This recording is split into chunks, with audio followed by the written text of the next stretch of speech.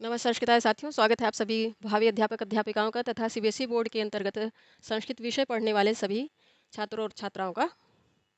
हम लोग जिस पुस्तक का अध्ययन कर रहे हैं वह है व्याकरण विधि, जो कक्षा 9-10 में कंबाइंड व्याकरण है, व्याकरण की पुस्तक है। और इसका जो प्रकरण चल रहा है इस समय प्रत्यय, और अध्याय जो है वो है आठवां अध्याय है। तो इस अध्याय में प्रत्यय के विषय में पढ़ना है जो इस पाठ्यक्रम में निर्धारित है। तो इस पाठ्यक्रम में 3 प्रकार के प्रत्ययों का अध्ययन कराया जा रहा है: कृदंत, तद्धित और स्त्री प्रत्यय। कृदंत के अंतर्गत हम लोगों ने उन प्रत्ययों का अध्ययन कर लिया है जो धातुओं से जुड़कर अव्यय का निर्माण कर देते हैं। अर्थात इसके पहले हम लोगों ने पढ़ा है कि कृदंत प्रत्यय सदैव धातुओं में लगते हैं और तद्धित प्रत्यय प्रत्यय सदैव संज्ञा में लगते हैं। अर्थात किसी व्यक्ति व स्थान के नाम को जो द्योतित करते हैं ऐसे शब्दों में लगते हैं। तो इस एक प्रकार से आप उसको शब्द कह सकते हैं कि तद्धित प्रत्यय शब्दों में लगते हैं और कृदंत प्रत्यय धातुओं या फिर क्रियाओं में लगते हैं। और स्त्री प्रत्यय, जहाँ पुल्लिंग से स्त्रीलिंग बनाना होता है तब स्त्री प्रत्यय का विधान किया जाता है। तो कृदंत प्रत्यय के अंतर्गत उन प्रत्ययों का अध्ययन कर लिया है जो धातुओं से जुड़कर अव्यय का निर्माण कर देते हैं। यही उन प्रत्ययों के विषय में विशेष है क्योंकि जो कृदंत प्रकरण है, यह प्रकरण इस प्रकरण के अंतर्गत इस जो भी धातुओं में जुड़ता है, जिन भी धातुओं में जुड़कर जो शब्द बनाता है तो उनकी प्रातिपदिक संज्ञा हो जाती है। प्रातिपदिक संज्ञा का अभिप्राय है कि उनके शब्द रूप चलेंगे सातों विभक्तियों में और तीनों लिंगों में। किंतु इस प्रकरण में कुछ ऐसे प्रत्यय हैं जिनके लगने से जो धातुओं के साथ जुड़ जाते हैं तो अव्यय जो शब्द निष्पन्न होता है वह अव्यय हो जाता है। अव्यय हो जाएगा तो उसकी प्रातिपदिक संज्ञा होते हुए भी उनके यद्यपि इस प्रत्यय प्रकरण में कृदंत प्रकरण जो है, ये प्रत्यय जहाँ पे जुड़ता है उनकी प्रातिपदिक संज्ञा हो जाती है। किंतु ऐसे जो प्रत्यय हैं जो धातुओं से जुड़कर अव्यय का निर्माण कर देते हैं उनकी प्रातिपदिक संज्ञा नहीं होगी, अर्थात उनके शब्द रूप नहीं चलेंगे। शब्द प्रातिपदिक कहने का अभिप्राय ही है कि उन सातों विभक्तियों में उनके शब्द रूप चलेंगे। तो अव्यय जो हो जाते हैं उनकी उनमें कोई जुड़ाव, कोई कुछ भी जोड़ा नहीं जा सकता, कुछ भी घटाया नहीं जा सकता, अर्थात उनके रूप में परिवर्तन नहीं होता है तो उनके शब्द रूप नहीं चलते हैं।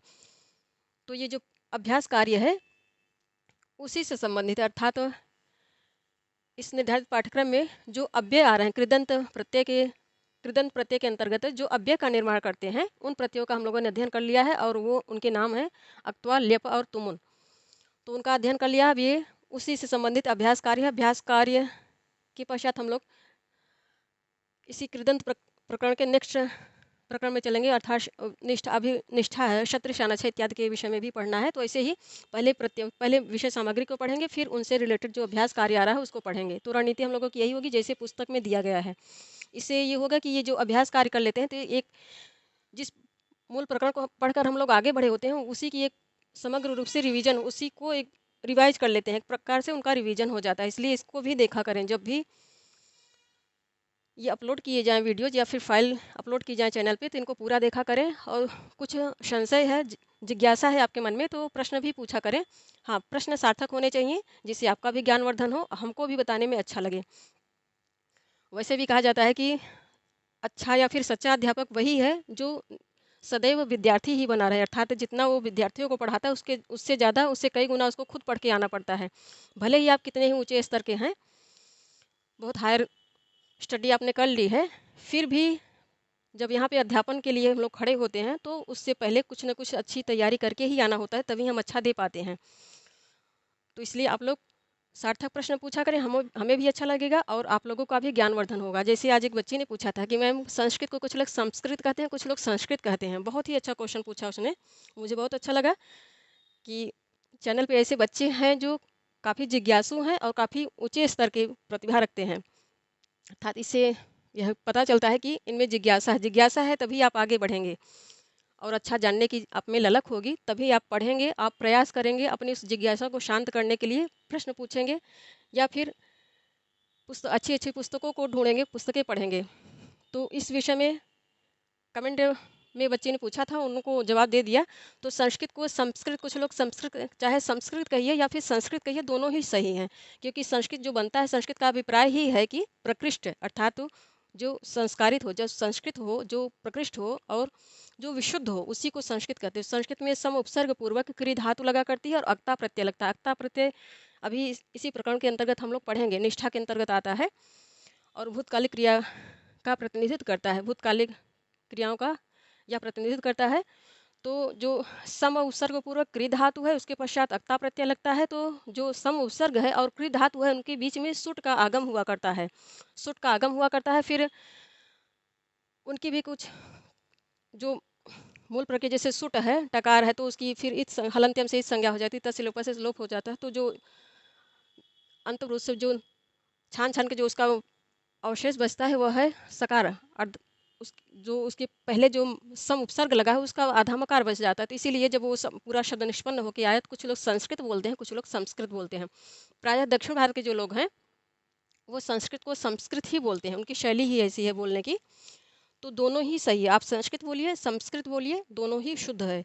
ऐसे जैसे दक्षिण भारत के लोग हैं, जैसे उत्तर भारत के लोग रिकार को रिकार बोलते हैं और दक्षिण भारत के कोई दक्षिण भारतीय है तो वो रिकार को रुकार बोलते हैं। तो इसमें कोई विशुद्ध दोष नहीं, ये क्षेत्रीयता का प्रभाव है। वहाँ पे रिकार को रुकार बोला जाता है और उत्तर भारतीय जो हैं वो रिकार को रिकार ही बोलते हैं, जो ऋषि वाला री है रिकार को। तो बहुत ऐसे क्षेत्रीयता का प्रभाव भी पड़ता है बोलने में, इसलिए उच्चारण में भेद हुआ करता है। वैसे भी कहा जाता है भारत में बहुत सारी भाषाएं हैं, कोस कोस पे पानी बदले चार कोस पे बानी।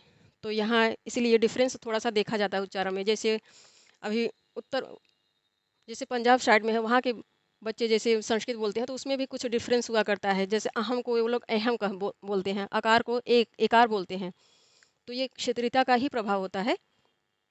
तो कुछ कुछ क्षेत्रीयता के प्रभाव के कारण भी डिफरेंस देखा जाया करता है। तो उसमें कोई दुराग्रह नहीं करना चाहिए, क्योंकि क्षेत्रीयता का प्रभाव है। हाँ, अशुद्धि हो तब अवश्य टोकना चाहिए कि ये गलत है। लेकिन संस्कृत जैसे ये सब आज बच्चे ने पूछा कि संस्कृत संस्कृत ये दोनों ही शुद्ध है, तो अपनी अपनी शैली है बोलने की, शुद्ध दोनों ही हैं। तो ऐसे प्रश्न आप लोग पूछा करें, हमें अच्छा लगता है और ये जानकर भी खुशी होती है कि अच्छे बच्चे जुड़े हैं हमसे। तो आइए अब पढ़ लेते हैं। इसीलिए वीडियोज़ को पूरा देखा करें, कुछ संशय हो तो अवश्य पूछा करें और चैनल पे नए हो तो सब्सक्राइब करके इससे जुड़िए, क्योंकि जब अच्छे बच्चे जुड़ते हैं और ऐसे जिज्ञासु लोग जुड़ते हैं तो पढ़ाने में भी अच्छा लगता है। आप लोगों को भी फ़ायदा होता है, हमको भी और प्रयास करना पड़ता है कि हाँ ऐसे ऐसे प्रतिभाशाली छात्र हैं, पढ़ने वाले जुड़े हैं, तो हमको भी मेहनत करके आनी चाहिए। क्योंकि कहा जाता है कि अच्छा अध्यापक वही है जो सदैव विद्यार्थी बना रहे। आप अच्छे विद्यार्थी हैं तभी आप अच्छे शिक्षक बन सकते हैं, इसलिए पढ़ाकू तो होना ही चाहिए हम लोगों को। तो आइए अब मूल विषय पे आते हैं। तो ऐसे प्रत्ययों का भी हम लोगों ने कृदंत के अंतर्गत अध्ययन किया, जो अव्यय का जो धातुओं से जोड़कर अव्यय का निर्माण कर देते हैं। उन्हीं के संबंध में ये एक्सरसाइज कराया जा रहा है। एक्सरसाइज या फिर एक रिवीजन टाइप का कह दीजिए, एक रिवीजन कराया जा रहा है। तो अभ्यास कार्य में पहला प्रश्न इसमें आ रहा है कि अव्ययम संयुज्य वियुज्य व लिखत। तो अव्ययम संयुज्य वियुज्य, अव्यय क्या है, ये द्वितीयांत बनेगा। अव्यय को संयुज्य जोड़कर या विच्छेद कर, जोड़कर या वियुज्य अर्थात घटाकर, जोड़कर या फिर उसका विच्छेद करके, जो भी इस प्रक्रिया के अंतर्गत आ रहा है। जहाँ ये पद आया है अब इसका विच्छेद करना है, और यहाँ पे विच्छेद आया है, प्रत्यय का विच्छेद, प्रत्यय धातु को अलग करके ले आया गया है, उसको जोड़कर पद बना के यहाँ पे लिखना है। उसको पद बनाकर या फिर शब्द बनाकर, जब इस दोनों के जोड़ने से जो शब्द निष्पन्न होगा उस पूरे शब्द को यहाँ पर लिखना है। तो इसीलिए कर संयुज वियुज अर्थात जोड़कर या फिर उनका विच्छेद करके, उनको अलगा कर या फिर खंड खंड करके लिखे क्या है, लिखें या फिर लिखो। तो ये लोट लकार मध्यम पुरुष बहुवचन की क्रिया है। अब 6 प्रश्न पूछे जा रहे हैं इसके अंतर्गत। तो यहाँ देखिए हम लोगों ने प्रत्यय के विषय में पढ़ लिया है। दृश्य प्लस अक्त्वा, दृश्य प्लस दृश्य धातु हो गई। अब यहाँ नहीं दिए हैं, अंडर रूट लिखना चाहिए, धातु के साथ अंडर रूट लिखा जाता है। दृश्य प्लस अक्त्वा है, तो जब ये शब्द निष्पन्न होगा इससे कितना बढ़िया देखिए अभ्यास कराया जा रहा है। आप लोग इसको कॉपी में हमारे लिखने से पहले ही लिख लीजिए, आ रहा है तो ये जो शब्द बनेगा दृष्टवा, दृष्टवा अक्त्वा प्रत्यय लग रहा है। अब ये शब्द पूरा शब्द जो निष्पन्न हुआ ये अव्यय हो गया, इसके शब्द रूप नहीं चलेंगे। अब प्रणम्य है तो यहाँ इसका जब इसको खंड खंड करेंगे, अर्थात अब उपसर्ग को अलग कर देंगे, धातु को अलग कर देंगे और प्रत्यय को अलग कर देंगे, तब इसका जो रूप बनेगा वो बनेगा। तो प्र उपसर्ग है और नम धातु है, इसके पश्चात प्रत्यय कौन सा है, लेप। ये हो गया इसका वियोग, वियोज्य करके वियोज्य यहाँ भी देखिए लेप प्रत्यय, इस पद में लेप प्रत्यय लग रहा है, इस संयुज्य इस पद में भी लेप प्रत्यय लग रहा है, अर्थात जो सोपसर्ग धातुएं आया करती हैं उन्हीं में लेप प्रत्यय लगा करता है। तो ये सम उपसर्ग है, युज धातु है और लेप प्रत्यय है। यहाँ भी उपसर्ग है, युज धातु है और लेप प्रत्यय है। ऐसे ही जब आप लोग इन सबको, जितने भी यहाँ पे प्रकरण आ रहे हैं इन सबको पढ़ लेंगे तो ऐसे ही आप लोगों को भी ये सब दृष्टि हो जाएगी। जैसे ही पद देखेंगे तो बता देंगे किसमें लेप प्रत्यय लग रहा है, किसमें अक्त्वा प्रत्यय लग रहा है, किसमें तुमुल लग रहा है। अब इसके पश्चात उपविश्य है, तो यहाँ इसको कैसे खंड खंड करेंगे, पहले उप लिखेंगे, ये हो गया उप उपसर्ग हो गया। अब इसके पश्चात विष धातु है और लेप प्रत्यय है, उपविश्य। अब इसके पश्चात सोढुम है, तो यहाँ तुमुन प्रत्यय लग रहा है, सोढ़ धातु है, तुमुन प्रत्यय लग रहा है, सोढुम।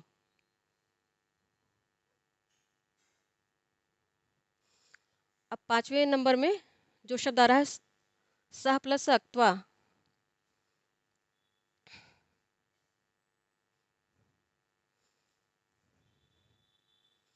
सोढुम में सह धातु है, सोढ़ तो तब बनेगा जब इस निष्पन्न हो जाएगा ये प्रत्यय के साथ तब। तो सोढुम में सह धातु है, तुमुन प्रत्यय लग रहा है और इसके पश्चात जो शब्द आ रहा है वह है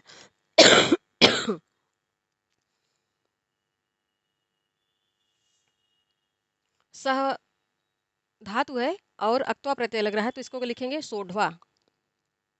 शब्द निष्पन्न होगा तो बनेगा सोढ़वा। अब इसके पश्चात जो आ उपसर्ग आ रहा है, नी धातु है, लेप प्रत्यय है, तो ये बनेगा आनीय। आनीय का अभिप्राय है ले आकर।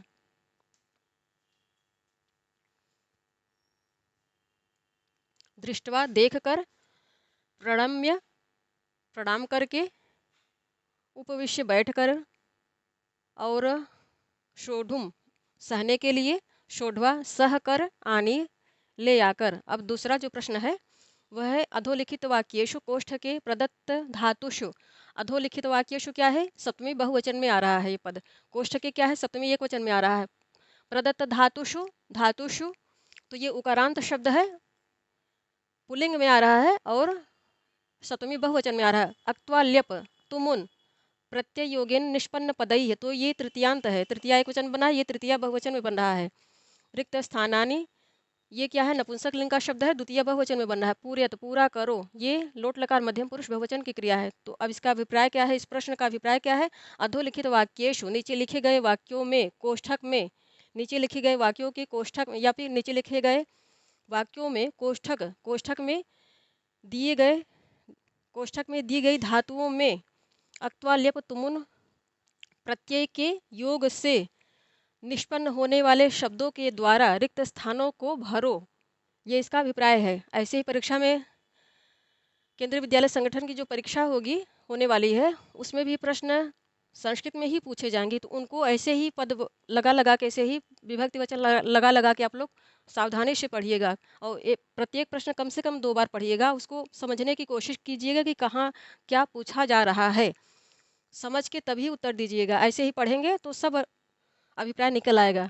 अब इस उदाहरण दे रहे हैं, 2 उदाहरण दे रहे हैं। सह पुस्तकम आदाय गच्छति, तो आदाय को जब खंड खंड करेंगे तो उसका ये रूप बनेगा, इसका वर्ण विच्छेद करेंगे तो ये बने, वर्ण विच्छेद या फिर इसका धातु प्रत्यय इत्यादि को अलग करेंगे तो ये स्वरूप इसका बनेगा। तो सह पुस्तकम आदाय गच्छति, वह पुस्तक लेकर जाता है। अब दूसरा वाक्य है सह पुस्तकम दत्वा क्रीडति, वह पुस्तक देकर खेलता है। तो अक्त्वा प्रत्यय यहाँ पर लग रहा है, यहाँ पर लेप प्रत्यय लग रहा है। अब इनका विच्छेद कैसे करेंगे, इनको अलग अलग करके कैसे दिखाएंगे, तो ये स्वरूप इनका बनेगा जब इनको अलग अलग करके लिखेंगे। तो यहाँ भी अक्त्वा प्रत्यय को इस प्रकार अलग अलग करके लिखेंगे तो ये स्वरूप बनेगा। वैसे ही यहाँ दिया गया है, उस शब्दों को समेट कर, धातु प्रत्यय और उपसर्ग को समेट कर एक शब्द के रूप में हम लोगों को यहाँ लिखना है इस अभ्यास के अंतर्गत। तो रामा कंदुकम, अब आप उपसर्ग है, ने धातु है, लेप प्रत्यय है, तो क्या बना, आनीय। रामः कंदुकम आनीय। राम गेंद को, ये कंदुकम क्या है, राम गेंद ले आकर खेलता है। राम गेंद ले आकर खेलता है। अब आप द्वितीयांत के हिसाब से इसको कहें तो राम गेंद को ले आकर खेलता है, तो को लगाएंगे, यदि हिंदी की दृष्टि से को लगाएंगे तो ये द्वितीयांत बन जाएगा, क्योंकि ये कर्म बन रहा है तो द्वितीयांत ही करेंगे, द्वितीय एकवचन में। राम गेंद को ले आकर, आप न को न भी बोले तब भी वाक्य शुद्ध नहीं है, राम गेंद ले आकर खेलता है। क्रीडति रामः अन्य पुरुष का शब्द है, एक वचन में है, पुल्लिंग में है, इसलिए क्रिया भी इसी के अनुसार एक वचन में अन्य पुरुष में आ रही है और लट लकार में है। श्यामः कंदुकम, अब यहाँ पे नी धातु है, अक्त्वा प्रत्यय है, तो स्पष्ट है कि यहाँ पे अक्त्वा प्रत्यय लग रहा है। नीत्वा क्या बनेगा, नीत्वा। रामः कंदुकम, राम गेंद ले आकर जाता है। रामः कंदुकम नीत्वा गच्छति,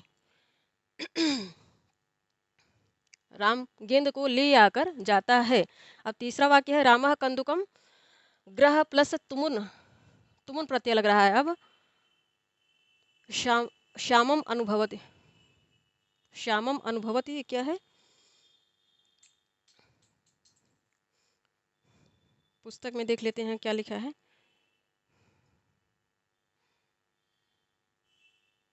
श्यामम अनुधावती है, इसलिए वाक्य गड़बड़ हो रहा था। अनुधावती, रामा कंदुकम ग्रह प्लस तुमुन है, तो जो इसको समेट कर लिखेंगे तो क्या बनेगा, ग्रहीतुम, ग्रहीतुम।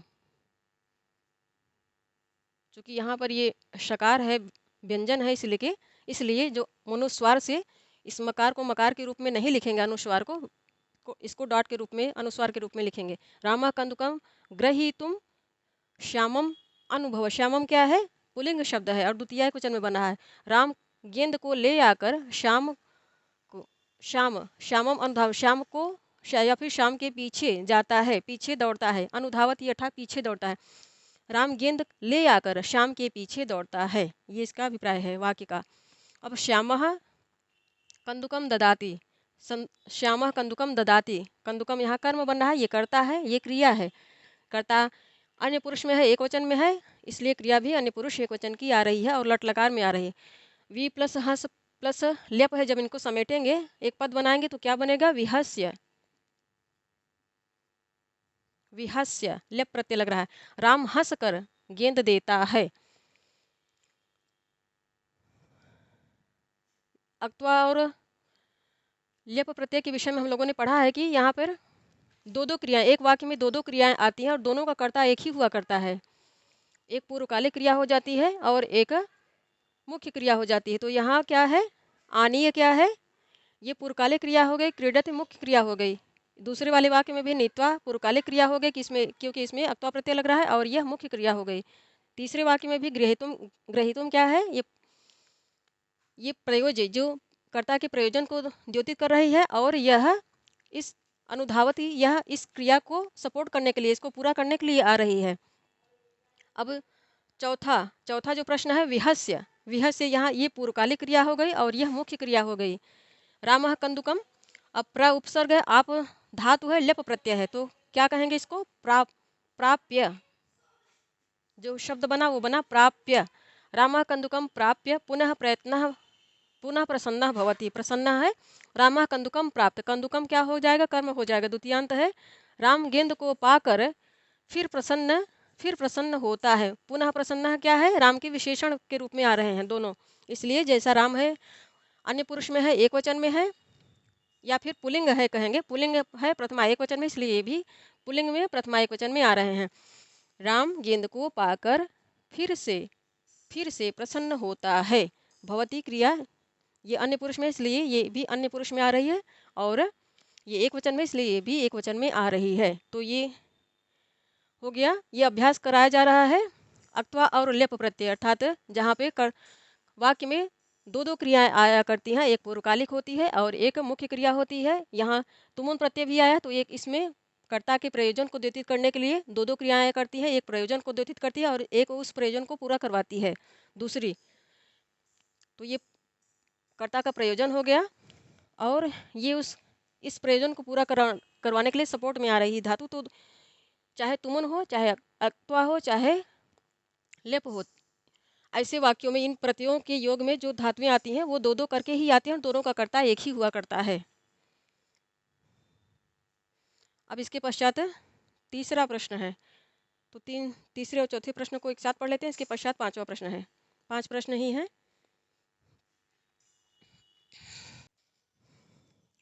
अब अभ्यास कार्य के अंतर्गत तीसरे चौथे प्रश्न को हल करेंगे हम लोग। खोल लीजिए पुस्तक। तीसरे प्रश्न में दिया जा रहा है कि उदाहरणम अनुसृत्य, इसको तोड़ के पढ़ेंगे तो बनेगा उदाहरणम प्लस अनुसृत्य। उदाहरणम अनुसृत्य स्थूल पदेशु धातून प्रत्ययान च वियुज्य लिखत। उदाहरणम अनुसृत्य, तो इसका आशय है कि उदाहरण को देखकर या अनुसरण करके, उदाहरण का अनुसरण करके या उदाहरण को देख, द्वितीयांत बन रहा है इसलिए कहेंगे उदाहरण को देखकर अनुसरण करके मोटे शब्दों मोटे पदों में धातुओं और यहाँ लेंगे धातुओं और प्रत्ययों को वियुज्य का अर्थ है अलग करके या तोड़कर लिखो। लिखो क्या है? लोट लकार मध्यम पुरुष बहुवचन की क्रिया है। तो ये हो गया इस प्रश्न में जो पूरी पंक्ति आ रही है इसका आशय। एक उदाहरण दिया जा रहा है कि बालकः गुरुं नत्वा गच्छति। बालकः क्या है? प्रथमांत है, पुल्लिंग में है, और गुरुम क्या है? उकारांत शब्द है, पुल्लिंग में द्वितीय एकवचन में बन रहा है। नत्वा, बालक गुरु को प्रणाम करके जाता है। तो ये क्या हो गया? नत्वा क्या है? नत्वा पूर्वकालिक क्रिया हो गई और गत्वा क्या हो गई? मुख्य क्रिया हो गई। इसको तोड़कर इस प्रकार रखेंगे, व्युज करें अलग करके लिखना है। तो नम धातु, जब नत्वा को तोड़ा तो नम धातु अलग हो गई और अक्त्वा प्रत्यय जो इसमें लग रहा है वो अलग हो गया। अब इसी प्रकार इसी उदाहरण को देखकर बाकी प्रश्नों को हम लोगों को हल करना है स्वयं। तो पहला प्रश्न इसमें है सः अत्र आगत्य पठति। अत्र आगत्य पठति, वह यहाँ आकर पढ़ता है। अत्र आगत्य पठति, आगत्य क्या हुई? ये पूर्वकालिक क्रिया हो गई, पठति क्या हो गई? मुख्य क्रिया हो गई। तो आगत्य में ल्यप प्रत्यय लग रहा है। इसको जब वियुज्य अलग अलग करके लिखेंगे इसको, इस पद को, तो बनेगा उपसर्ग हो गया, गम धातु हो गई और ल्यप प्रत्यय हो गया। इसके पश्चात दूसरा उदाहरण आ रहा है त्वम कुत्र गत्वा क्रीडसी। तुम कहाँ जाकर खेलते हो। इसमें क्रिया मध्यम पुरुष एक वचन की आ रही लट लकार में, क्योंकि कर्ता जो है अस्मत् सर्वनाम है और प्रथमा एक वचन में है। तुम कहाँ जाकर खेलते हो। गत्वा क्या है? पूर्वकालिक क्रिया हो गई, क्रीडसी मुख्य क्रिया हो गई। तो गत्वा को अलग करके वियोग अर्थात अलग अलग करके लिखना है। तो यहाँ गम धातु है, गम धातु हो गई और अक्त्वा प्रत्यय हो गया।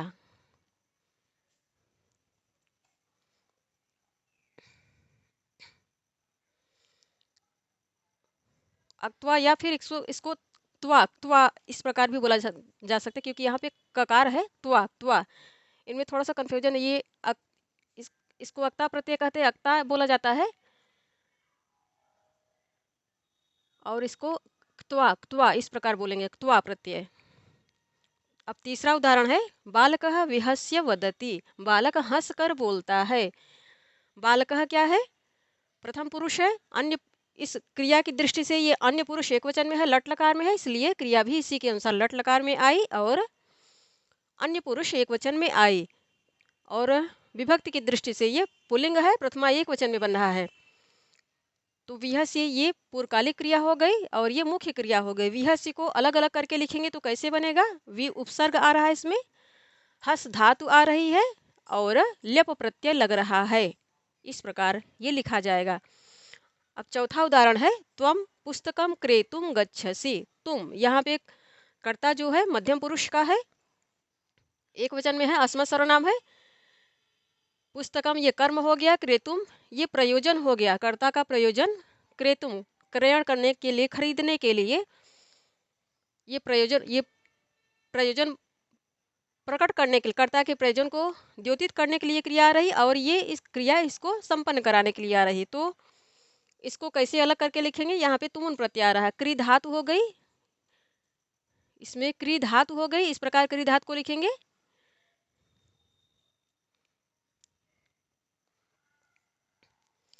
और तुमुन प्रत्यय को लिख देंगे। अब तुमुन। इसके पश्चात पांचवा उदाहरण है छात्र पठितुम विद्यालयम गच्छति।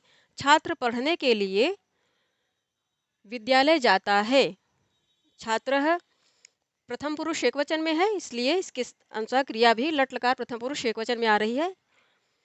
ये प्रथमांत है।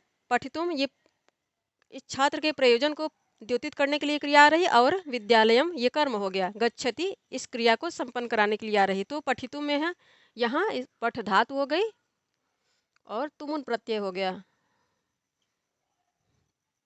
इस प्रकार अब छठा उदाहरण है, नायकः निर्देशकम द्रष्टुम गच्छति। नायक निर्देशक को देखने के लिए जाता है।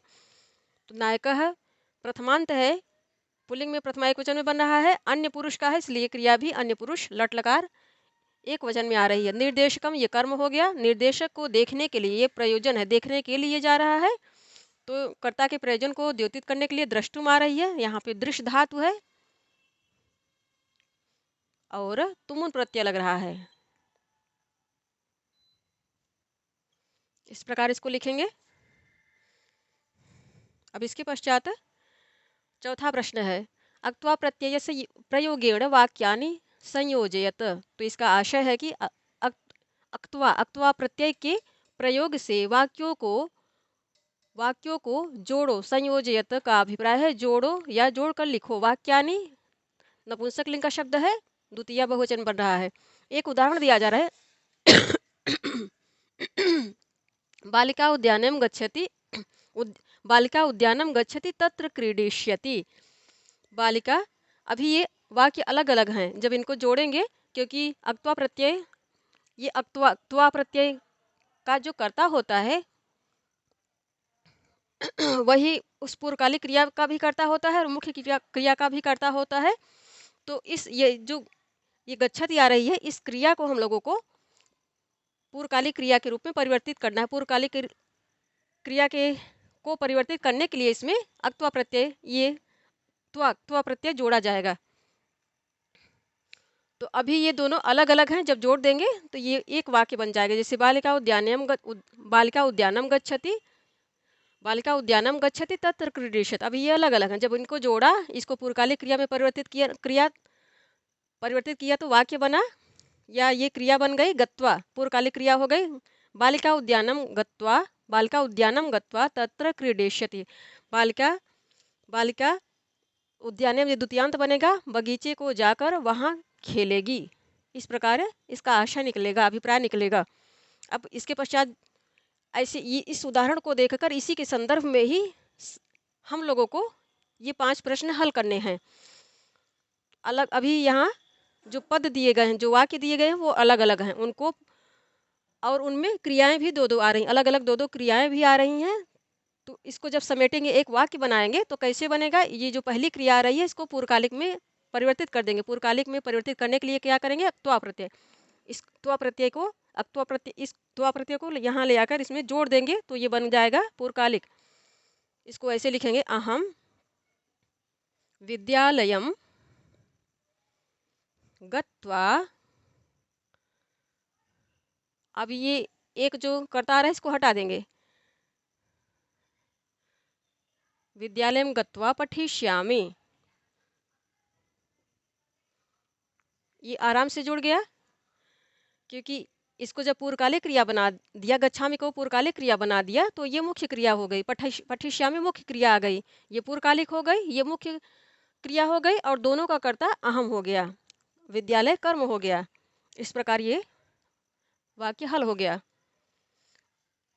मैं विद्यालय को जाकर पढ़ूंगा, यहाँ हिंदी में अब विभक्ति का चिन्ह मत लगाइए, तब भी वाक्य बनेगा, मैं विद्यालय जाकर पढ़ूंगा। ये अभिप्राय द्योतित होगा। ये हम विभक्ति को द्योतित करने के लिए आपको भी लगा सकते हैं, तो लेकिन सुनने में थोड़ा सा अटपटा लगता है, इसलिए ऐसे ही बोलेंगे कि मैं विद्यालय जाकर पढ़ूंगा।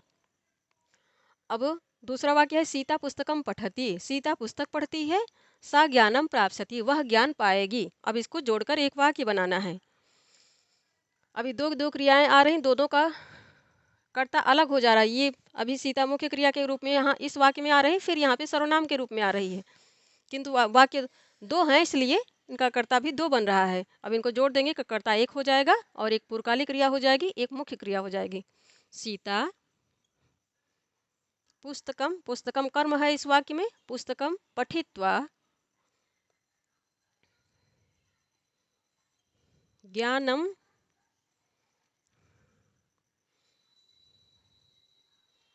प्राप्स्यति।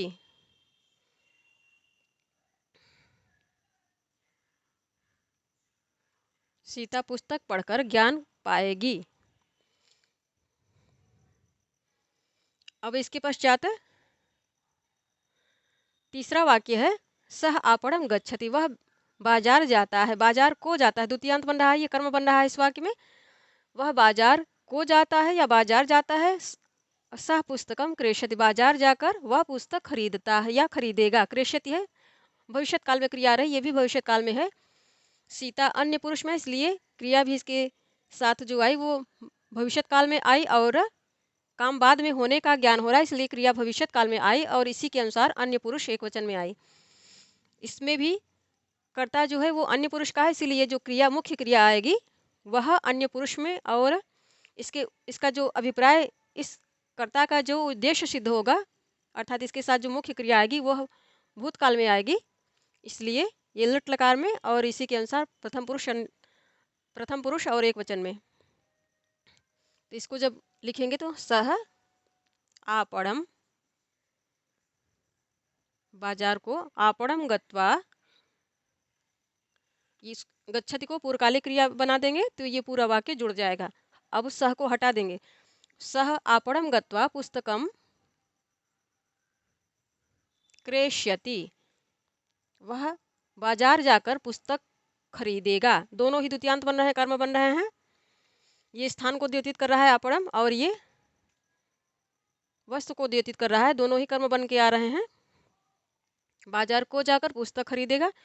फिर रमेश पुस्तकालयम अगच्छत, सह समाचार पत्रम पठति, रमेश पुस्तकालय को जाता है। रमेश पुस्तकालय, अगच्छत है तो लंग लकार में क्रिया बन रही है। रमेश पुस्तकालय जाकर, रमेश पुस्तकालय को गया, और ये फिर यहाँ पे दूसरा वाक्य लेंगे तो बनेगा सह समाचार पत्रम पठ, वह समाचार पत्र पढ़ता है। ये अगच्छत है, लंग लकार में आ रही है, तो रमेश पुस्तकालयम, अब ये कर्म बन जाएगा। रमेश पुस्तकालयम गत्वा समाचार पत्रम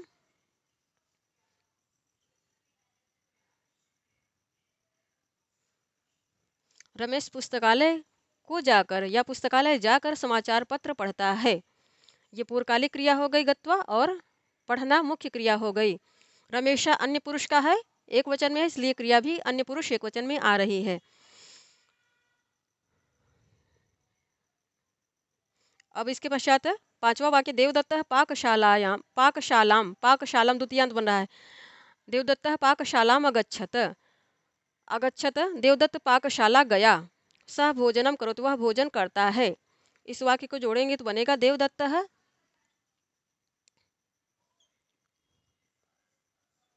पाकशालाम, द्वितीयांत बन रहा है, आकारांत स्त्रीलिंग है, द्वितीय एक वचन में बन रहा है। पाकशालाम गत्वा, ये पूर्वकालिक क्रिया हो गई। भोजनम करोति, इस प्रकार जोड़ेंगे, ये पूर्वकालिक क्रिया हो गई, ये मुख्य क्रिया हो गई। मुख्य क्रिया लट लकार प्रथम पुरुष एक वचन में आ रही, क्योंकि कर्ता अन्य पुरुष का ही है, एक वचन में ही है। तो इस प्रकार ये हो गया। इसको ऐसे ही हल करेंगे। ऐसे परीक्षा में भी जब प्रश्न आएंगे इस प्रकार के, तो इनको ऐसे ही हल करना होगा, चाहे वह संस्थागत आप पढ़ रहे हैं NCERT से की पुस्तकों को, तब भी यदि आप केंद्रीय विद्यालय संगठन के अंतर्गत TGT परीक्षा में बैठ रहे हैं तो भी इस प्रकार के प्रश्न आएंगे। या फिर इस प्रकार के प्रश्न आएंगे, मान लीजिए आपको लिखना नहीं होगा, उनको पहचान कर उनका ऑप्शन भरना होगा, क्योंकि परीक्षा यदि ऑब्जेक्टिव होती है, ऑब्जेक्टिव में यही होता है, लिखित होती है तब तो लिखना ही होता है। अब पांचवा प्रश्न है तुमुन प्रत्यय के प्रयोग को इस पांचवें प्रश्न में दिखाया जा रहा है। यहाँ त्वा प्रत्यय को दिखाया गया, और यहाँ पर ल्यप और ल्यप तुमुन त्वा, इन तीनों को सम्मिलित रूप से दिखाया गया, उनका अभ्यास कराया गया। अब इसमें केवल तुमुन का प्रयोग दिखाया जा रहा है। पांचवें प्रश्न में केवल तुमुन का प्रयोग दिखाया जा रहा है, तो ये हल कर लेते हैं। एक प्रश्न और है, आइए अब हम लोग पांचवा प्रश्न पढ़ लेते हैं, इसके पश्चात ये पूरा हो जाएगा। तो पांचवें प्रश्न में आ रहा है तुमुन प्रत्यय से प्रयोगेण वाक्यानि संयोजयत। प्रत्यय से क्या है? तुमुन प्रत्यय से षष्ठी एकवचन में है, ये तृतीया एकवचन में है, द्वितीया बहुवचन में है ये, और ये लोट लकार मध्यम पुरुष बहुवचन में है। तो इसका अभिप्राय है कि तुमुन प्रत्यय के प्रयोग से वाक्यों को जोड़ो। अब एक उदाहरण दिया जा रहा है, इसी उदाहरण के संदर्भ में हम लोगों को इन पांचों प्रश्नों को हल करना है। तो बालिका क्रीडिष्यत, इसका अभिप्राय है कि बालिका खेलेगी। सा उद्यानम गच्छति, वह उद्यान या बगीचे को जाती है, क्योंकि ये द्वितीयांत है और कर्म बन रहा है, इस वाक्य में कर्म बन रहा है उद्यानम। वह उद्यान या बगीचे में जाती है। तो इसको जब जोड़ेंगे तो बनेगा बालिका क्रीडितुम। तुम उन प्रत्यय के द्वारा इसको जोड़ना है। तो बालिका क्रीडितुम उद्यानम गच्छति, वाक्य बना कि बालिका खेलने के लिए बगीचे को जाती है या बगीचे में जाती है। इस प्रकार भी आप बोल सकते हैं। हिंदी में आप बोलेंगे तो गलत नहीं होगा, बस संस्कृत में लिखें तो इसको सप्तमी में ना करें बल्कि द्वितीयांत ही बनाएं, क्योंकि ये कर्म बन रहा है। बालिका क्रीडितुम, बालिका खेलने के लिए, तो ये बालिका का प्रयोजन क्या है? खेलना, खेलना प्रयोजन है। अब इस प्रयोजन को पूरा करने के लिए ये जाने की क्रिया हो रही है, तो इसलिए ये प्रयोजन है, और इस प्रयोजन को पूरा कराने के लिए जो क्रिया आ रही वह है आगच्छति, गच्छति सॉरी, जा रही है।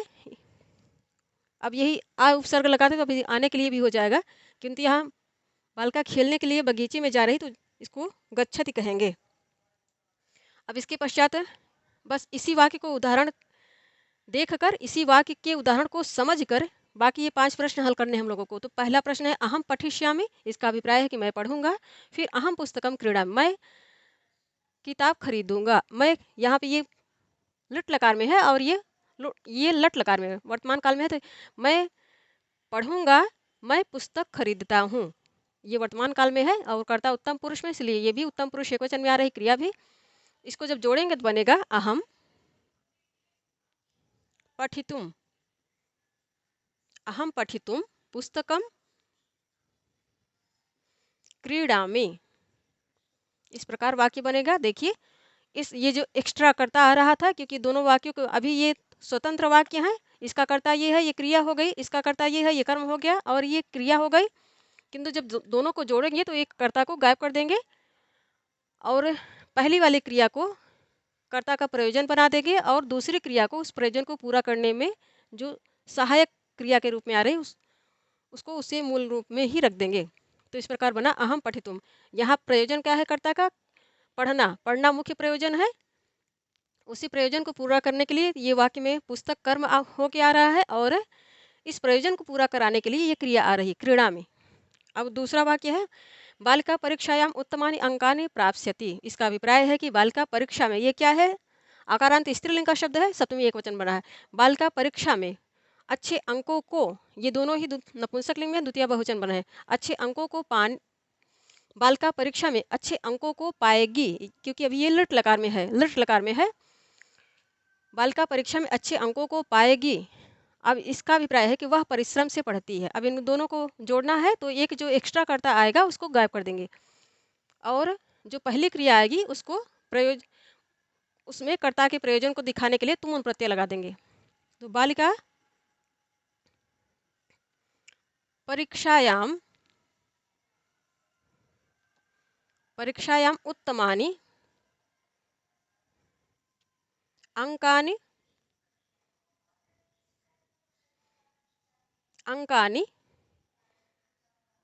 प्राप्तुम। अब इसमें तुम प्रत्यय लगाएंगे तो बनेगा ये प्राप्तुम, प्राप्तुम परिश्रमेण पठति। तो अब एक वाक्य बन गया, कर्ता भी एक हो गया।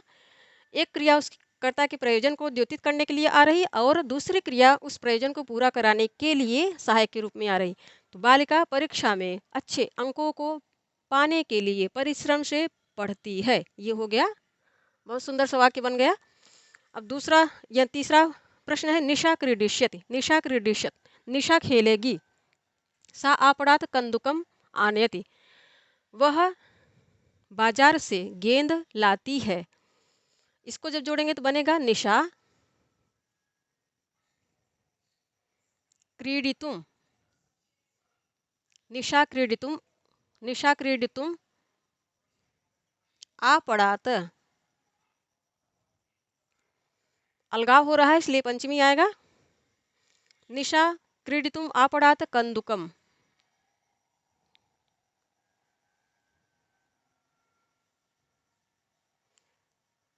ये हो गया। निशा खेलने के लिए, ये प्रयोजन, निशा का प्रयोजन क्या है? खेलना, खेलना उसका मुख्य प्रयोजन है।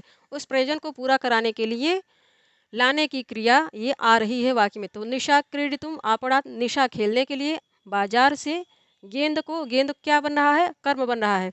गेंद को लाती है या गेंद लाती है, इस प्रकार भी बोल सकते हैं। अब चौथा वाक्य है माता भोजनम पचती, माता भोजन पकाती हैं। फिर सा शाकम आनयत, तो इसको कहेंगे कि उन्होंने सब्जियां या फिर सब्जी लाई, क्योंकि ये लंग लकार में है और प्रथम पुरुष एक वचन में बना है, क्योंकि कर्ता भी अन्य पुरुष का ही, इसलिए क्रिया भी अन्य पुरुष लंग लकार, अन्य पुरुष एक वचन में लंग लकार में आ रही है। तो माता भोजनम पक्तुम, तुम प्रत्यय लगाएंगे तो ऐसे बनेगा ये पक्तुम, शाक शाक मानेत, ये बन गया वाक्य। तो माता ने भोजन को पकाने के लिए सब्जियां लाई या फिर सब्जी लाई। भोजन, इसमें इस वाक्य में भोजन कर्म बन रहा है, माता कर्ता हो गई, भोजन कर्म हो गया। पक्तुम यह क्रिया माता जो कार्य करने जा रहे हैं उनकी क्रिया, उनके प्रयोजन को द्योतित करने के लिए आ रही है, और आनियत इस प्रयोजन को पूरा कराने के लिए आनियत, आनियत ये क्रिया आ रही है। शाकम ये भी इसी के सब भोजन के साथ है, कर्म बना, ये दोनों ही कर्म है। अब इसके पश्चात पांचवा जो प्रश्न है, आचार्य पाठयति, इसका अभिप्राय है आचार्य पढ़ाते हैं, सह कक्षाम गच्छत, आचार्य पढ़ाते हैं और वे कक्षाम, वे कक्षा को गए। कक्षाम क्या है? द्वितीय एकवचन में, आकारांत स्त्रीलिंग शब्द है, द्वितीय एकवचन बना है, कक्षा को गए। अगच्छत क्या है? लंग लकार क्रिया है, लंग लकार प्रथम पुरुष एकवचन बन रही है क्योंकि कर्ता अन्य पुरुष का है। तो जब इन दोनों वाक्य को जोड़ेंगे तो बनेगा आचार्य है पाठितुम कक्षाम अगच्छत, ये हो गया। आचार्य पढ़ाने के लिए, आचार्य पढ़ाने के लिए कक्षा को गए, या फिर हिंदी में आप बोल सकते हैं कक्षा में गए। आचार्य पढ़ाने के लिए कक्षा में गए, या फिर आचार्य पढ़ाने के लिए कक्षा को गए, दोनों ही बोल सकते हैं, गलत नहीं होगा। तो ये हम लोगों ने हल कर लिया तुमुन प्रत्यय के प्रयोग से। जो वाक्यों, दो वाक्यों को जिन दो वाक्यों को जोड़ना था उनका अध्ययन कर लिया। तो इस प्रश्न में तुमुन प्रत्यय के अभ्यास को दिखाया जा रहा था, कैसे कैसे धातुओं में तुमुन प्रत्यय को जोड़ा जाता है। तो तुमुन प्रत्यय जोड़ने की भी अपनी प्रक्रिया होती है। तो एक ही ढर्रे में सभी क्रियाओं में तुमुन प्रत्यय नहीं जुड़ता है। जैसे यहाँ पे पाठितुम हो गया, यहाँ पे पक्तुम हो गया, पक्ष धातु, इसलिए पक्तुम बनेगा। पाचयितुम लगा देंगे तो गलत हो जाएगा, पक्तुम बनेगा ये। इसी प्रकार ऐसा विवेक होना चाहिए हम लोगों को कि जब धातु में तुमुन प्रत्यय जुड़ेगा तो धातु का स्वरूप क्या बनेगा, शब्द का स्वरूप क्या बनेगा, इसका विवेक होना चाहिए हम लोगों को। इसके लिए अभ्यास जरूरी है। तुमुन प्रत्यय के जो शब्द आते हैं उनका कलेक्शन जो पुस्तकों में मिलता है उनको पढ़ना होगा बार बार। पाठ्यक्रम के अनुसार आप लोगों को इतना ही तैयार करना है जितना इसमें आ रहा है, इतना हम लोग तैयार कर लेंगे इस पुस्तक में जितना आ रहा है। तो परीक्षा चाहे केंद्रीय विद्यालय संगठन की टीजीटी हो या फिर एकेडमिक स्तर पे जो भी प्रश्न पत्र आएगा सब हल कर लेंगे, सारे प्रश्नों को हल कर लेंगे और अच्छा अंक भी प्राप्त कर लेंगे।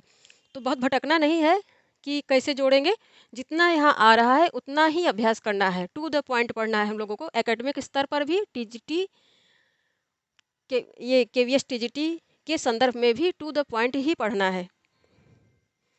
तो ये हम लोगों ने अध्ययन कर लिया प्रत्यय प्रकरण के उन प्रत्ययों का जो अव्यय, जो धातुओं में लगकर अव्यय का निर्माण करते हैं। तो बने रहिए मेरे साथ, अब मिलते हैं नेक्स्ट फाइल के साथ। धन्यवाद साथियों आप सभी का।